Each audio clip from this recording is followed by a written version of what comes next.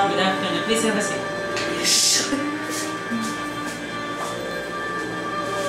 Sir, what do you say about the management of the Sandela? Is it staff, head, or the organization of the staffs? Management, kasi medyo malawak ang management. On what aspect are you asking? Medyo malawak yan. Anong aspeto ng management? Organization na siya. If okay po ba yung mga tawag doon? Communication? May communication barrier po ba pag may problem sa ano? Sinusunod naman namin. We do follow the right chain of communication or chain of commands or authority among the administrators and employees of the institution. So I believe that you are somewhat aware of our organizational chart sa San Beda College. Yung ating overall institutional organizational chart dun sa ating so nasusunod naman yun. It is well followed. And as with regards to the College of Nursing, we do also have our own departments, organizational structure, which is being implemented among the administrators of the College of Nursing and among its faculty members. So down the line, from the level of the faculty members,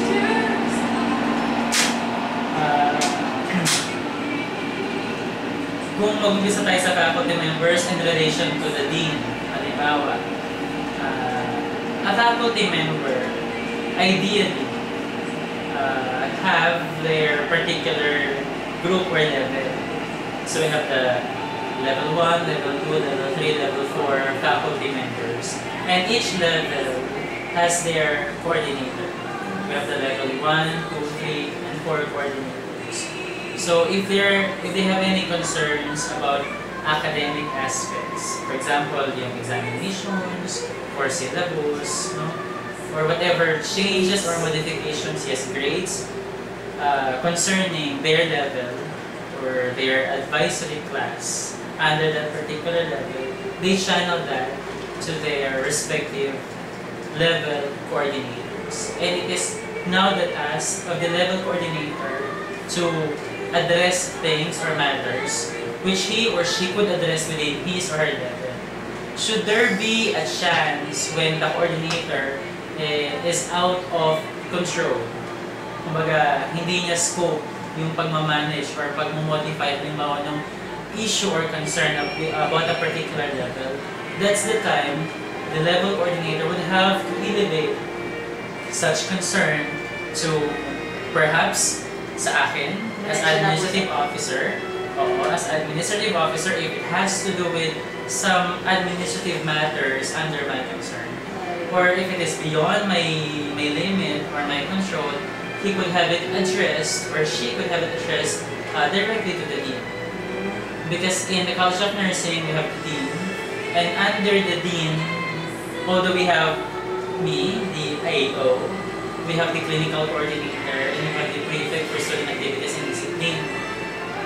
But we do not have that sort of direct authority over these coordinators as far as academics is concerned. So, kumbaga yung mga level coordinators natin, sila yung parang tumatayo between the dean and the faculty members as far as academic aspects are concerned. Kasi wala tayong vice dean eh. So, kung may vice dean, sana it is the vice dean before the level coordinators. So, instead of having a vice dean, we have 4 level coordinators to whom the certain function of the vice dean is being delegated. Ang IO kasi is more on the administrative side. Administrative side, halimbawa yung ating mga office personnel, yung ako yung monitor halimbawa ng absences, ng faculty, ng tardiness, ng faculty, ng mga leave, vacation leave, or sick leave ng ating mga faculty. I also make sure that before the start of each semester, ayos yung ating schedule. Ako yung nakikipag-coordinate sa mga ibang department. Halimbawa, kailangan natin ng professor o ng classroom para sa ganitong klaseng subject on this particular time. Sa ibang department, let's say sa SAS, we have subjects under Gen Ed, which is handled by CAS professors. So I have to coordinate to the admin officer of the CAS for us to be provided with professors on that particular schedule at saka yung klase. Wala naman pong conflicts, hindi naman po mahirap makipag-communicate. Hindi mahirap makipag-communicate. Siguro isang factor doon maliit lang na community ang San Beda. Alam naman natin yan, napakaliit lang. And relay of communication, hindi ganun kahirap. Because for one, si Sir Brian Bustamante is our former AO in the College of Nursing. And aside from that, personal parang bonding or friendship or relationship with him, dahil dati nga natin siyang AO, ay hindi madali yung communication. Kasi hindi naman nakailangan pa halimbawa dumaan sa kung kanino na bago ko makausap si Sir Brian kasi AO rin naman siya, AO rin naman ako. So madali lang yung aming communication. Siguro kung ang tanong mo if ever I would wanted to talk to the Rector President or kung sino mang official or administrator sa ating school. Una, kung yung concern ba ay ako ba talaga yung tamang tao to address the concern. So kung ang concern ay ako yung tamang tao na mag-address ng concern na yun, perhaps I could have it settled myself. Siguro pwede akong, una syempre, abisuhan ko muna si Dean, no? If I am really in the position. So, para sa akin, implied yan. O kung kanino man na nasa sa ilalim ng isang tao who handle the position, I have to make some sort of advice or notification to the Dean regarding a certain issue. I would be wanting, halimbawa, to address to someone who is way on top of the both of us. Let's say, for example, the Vice President or the Rector President. So, kapag sinabi ni Dean, halimbawa, na sige, ikaw na ang gumawa, ikaw na ang mag-asikaso, well, ako, with her approval. So, since si Dean yung pinaka-head ng ating department, as much as possible, if we are to coordinate with people outside the department, we have to make sure that it is upon Dean's approval. Lalo na kung it really means so much, yung bagay. So, upon her approval, then ako na pwede magkasikaso. Pero halimbawa, yung concern natin ay yung sa sweldo halimbawa ng empleyado. Because that is also my concern. Yung sweldo ng empleyado, maroon halimbawa clarification ng ating employees, ang ating mga faculty. Sir Push, bakit parang kulang yata yung sweldo ko? O bakit hindi yata na bilang yung aking overtime or overload ng class payment? May mga ganun na po ba mga May mga ganun na. So, ako, on my level, I would try to see to it na yung kanyang concern ay valid. So, I will be checking on his DTR, yung record na yan, na makikita natin doon kung talagang nagkaroon ng discrepancy. So, kapag nasiguro ko na natama yung aking ginawa at doon nagkaroon ng problema halimbawa sa accounting, it is now under my job description to coordinate with the people of the accounting department. So, hindi ko na kailangan pagdaman kung kanino. I could go straight to the accounting office, talk to the head of the accounting office, not necessarily the controller, but the head of the accounting office, siguro si Ma'am Ami Agustan, yung accountant natin. I could talk to her and have a certain issue settled or addressed or clarified. Pwede naman yung address sa hindi ko na kailangan parang sabihin kay Dave because that is within the scope of my duty. So, sa organization, meron mga bagay na meron kang call at meron mga bagay na kailangan mo nang tanungin yung superior. Lalo na kung halimbawa ang pag-usap sa Vice President or kay Rector President, as much as possible, you have to notify our dean. Siya naman magbigay, sige, ikaw na ang trumabaho, ikaw na magkasikaso.